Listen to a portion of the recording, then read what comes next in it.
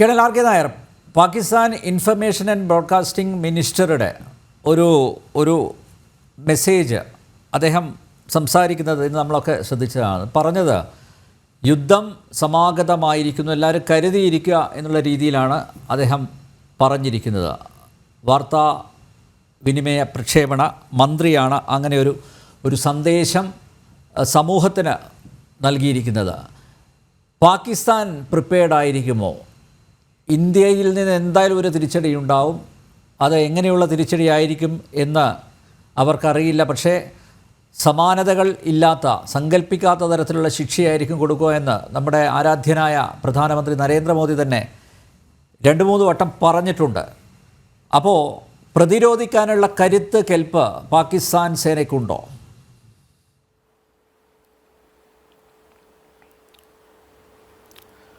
Good evening Anil Nambiar. Good evening. ഏതായാലും ഈ particular ക്വസ്റ്റിനെ പറ്റി പറയുകയാണെങ്കിൽ പ്രതിരോധിക്കാനുള്ള ശേഷി വളരെയധികം കുറഞ്ഞൊരവസ്ഥയിലാണ് പാകിസ്ഥാൻ ആർമി എന്നുള്ളത്. കാരണം അവരുടെ എക്കണോമിക് വിൻഡോ ആയാലും അവരുടെ മിലിറ്ററി വിൻഡോ ആയാലും ഒക്കെ തന്നെ അത് വളരെ ഒരു നാശത്തിൻ്റെ വഴിയിലേക്ക് പോകുന്ന ഒരു സ്ഥിതിവിശേഷമാണ് ഇന്ന് അവിടെ ഉള്ളത്. നമ്മളിവിടെ സർക്കാർ, നമ്മുടെ പ്രധാനമന്ത്രി ശ്രീ നരേന്ദ്രമോദി ആർട്ടിക്കിൾ 370 മാറ്റി, അതോടൊപ്പം തന്നെ ജമ്മു കാശ്മീരിൽ ഇലക്ഷൻ നടത്തി. അതിനുശേഷമുള്ള സിറ്റുവേഷൻ നമുക്കറിയാം. കാശ്മീരിലേക്ക് ടൂറിസ്റ്റുകൾ ഒരുപാട് ഒഴുകിയെത്തുന്നൊരവസ്ഥയാണ് ഉണ്ടായിരിക്കുന്നത്. അവിടെ ഇന്നത്തെ സ്ഥിതി നോക്കുകയാണെങ്കിൽ കാശ്മീരികൾക്ക് ആർക്കും തന്നെ ഈ ഭീകരവാദ പ്രസ്ഥാനവുമായി സഹകരിക്കാനുള്ള യാതൊരു മനസ്സുമില്ല എന്ന് പറയാം. കാരണം അവരുടെയൊക്കെ ഉപജീവനം എന്ന് പറയുന്നത് ഈ ടൂറിസം സെക്ടറാണ്. ടൂറിസം സെക്ടറിനെയാണ് അവിടെയുള്ള ആളുകളൊക്കെ തന്നെ അവരുടെ ഉപജീവനത്തിനായും അവരുടെ ബാക്കിയുള്ള കാര്യങ്ങൾക്കൊക്കെ ആയി തന്നെ ഉപയോഗിക്കുന്നത്. ഇങ്ങനെ ഒരു സിറ്റുവേഷനിൽ കാശ്മീർ വളരെയധികം പുരോഗതിയുടെ പാതയിലേക്ക് പോകുമ്പോൾ കാശ്മീർ എന്ന അവരുടെ അജണ്ട എപ്പോഴും പാകിസ്ഥാൻ ആർമിയുടെ അജണ്ട അവരുടെ കാര്യങ്ങളൊക്കെ നിലനിർത്തുന്നത് കാശ്മീർ എന്നൊരു അജണ്ടയുടെ മുകളിലാണ്. ആ അജണ്ട ഇല്ലെങ്കിൽ അവർക്ക് ഒരു തരത്തിലുള്ള ഫോറിൻ ഫണ്ടിങ്ങും കിട്ടില്ല എന്നുള്ളൊരവസ്ഥയുണ്ട്. നമ്മളൊക്കെ കണ്ടു, നേരത്തെ അവർ താലിബാനെ സപ്പോർട്ട് ചെയ്തിരുന്നു. അഫ്ഗാനിസ്ഥാനിൽ അവർ താലിബാൻ സപ്പോർട്ട് ഉണ്ടായിരുന്നു.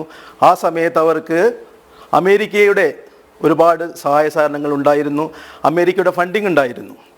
ഇപ്പോൾ പാകിസ്ഥാൻ എന്താണ് അവർ നോക്കുന്നത് എന്താണെന്ന് കരുതിയാൽ ഈ കാശ്മീർ എന്ന അജണ്ടയുടെ മുകളിൽ അവർക്ക് മുസ്ലിം മറ്റ് രാഷ്ട്രങ്ങളിൽ നിന്നും ഉള്ള സഹായം, പണം ആവശ്യമുണ്ട്. അവിടെ മിസ്റ്റർ അനിൽ നമ്പ്യാർക്ക് അറിയാമെന്ന് കരുതുന്നു, അവിടെ സേന നടത്തുന്ന ഏറ്റവും വലിയൊരു കാര്യം എന്താണ്? ഡ്രഗിൻ്റെ ബിസിനസ്. ഡ്രഗിൻ്റെ ബിസിനസ്സിൽ നിന്നാണ് ഏറ്റവും കൂടുതൽ വരുമാനം അവർക്കുണ്ടാകുന്നത്.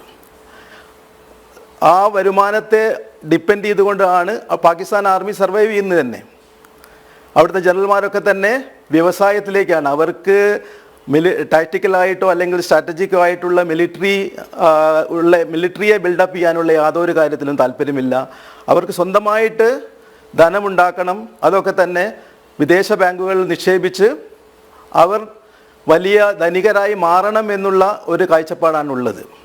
എന്തായാലും ഇങ്ങനെയൊരു പഹൽഗാമിൽ ഇങ്ങനെയൊരു സ്ഥിതിവിശേഷം ഉണ്ടായതിനു ശേഷം പാകിസ്ഥാൻ എന്തായാലും ഇന്ത്യയിൽ നിന്നുള്ളൊരു തിരിച്ചടി പ്രതീക്ഷിക്കും. കാരണം നമ്മുടെ സർക്കാർ അത് പുൽവാമയ്ക്ക് ശേഷമുള്ള സ്ട്രൈക്കായാലും ഉറി ഇൻസിഡൻറ്റിന് ശേഷമുള്ള സർജിക്കൽ സ്ട്രൈക്കായാലും പാകിസ്ഥാൻ ഒരു പാഠം പഠിപ്പിച്ചിട്ടുണ്ട്. ഇന്ത്യ കാത്തിരിക്കില്ല. അങ്ങനെ ഒരു സിറ്റുവേഷൻ നമ്മുടെ രാജ്യത്തുണ്ടായിക്കഴിഞ്ഞാൽ തിരിച്ചടിക്കാൻ സന്നദ്ധമായ പൊളിറ്റിക്കൽ ലീഡർഷിപ്പും മിലിറ്ററി കേപ്പബിലിറ്റിയും നമുക്കുണ്ട് എന്നുള്ളത് പാകിസ്ഥാന് മനസ്സിലായിട്ടുണ്ട്. അതുകൊണ്ട് ഡിസിഷൻ എടുക്കാൻ വേണ്ടി യാതൊരു തരത്തിലുള്ള കാലതാമസവും ഉണ്ടാവില്ല എന്ന് പാകിസ്ഥാൻ അറിയാമെന്നുള്ളത് കൊണ്ടാണ് അങ്ങനെ ഒരു സ്റ്റേറ്റ്മെൻറ്റ് പെട്ടെന്ന് തന്നെ ഇറക്കാൻ വേണ്ടി കാരണം. കഴിഞ്ഞ ദിവസം നമ്മളെല്ലാവരും കണ്ടു, ക്യാബിനറ്റ് കമ്മിറ്റി ഓൺ സെക്യൂരിറ്റിയുടെ മീറ്റിംഗ് നടന്നു. നമ്മുടെ ബഹുമാനപ്പെട്ട പ്രൈം മിനിസ്റ്റർ ഉണ്ടായിരുന്നു, ഡിഫൻസ് മിനിസ്റ്റർ ഉണ്ടായിരുന്നു, നാഷണൽ സെക്യൂരിറ്റി അഡ്വൈസർ ഉണ്ടായിരുന്നു. അതുകൂടാതെ army, navy, air force chief CDS ഉണ്ടായിരുന്നു ആ മീറ്റിങ്ങിൽ. എല്ലാവരും ചേർന്ന് ഉള്ള മീറ്റിങ്ങിൽ ആണ് പ്രൈം മിനിസ്റ്റർ മോദി അങ്ങനെ ഒരു ഡിസിഷൻ ആം ഫോഴ്സസിന് കൊടുത്തിരിക്കുന്നത്. കാരണം അവരാണ് തീരുമാനിക്കേണ്ടത്, ആം ഫോഴ്സസ് ആണ് തീരുമാനിക്കേണ്ടത് എപ്പോഴാണ് എവിടെ നമ്മൾ എന്ത് തരത്തിലുള്ള ആക്ഷൻ റിട്ടാലിയേഷൻ നമ്മൾ ക്യാരി ഔട്ട് ചെയ്യണമെന്നുള്ളത് തീരുമാനിക്കാനുള്ള പരമപ്രധാനമായ ഉത്തരവാദിത്തം ആം ഫോഴ്സസിനാണ്. എപ്പോഴും നമ്മളൊരു ഡെമോക്രാറ്റിക് കൺട്രിയാണ്, പൊളിറ്റിക്കൽ ലീഡർഷിപ്പാണ് തീരുമാനിക്കേണ്ടത്.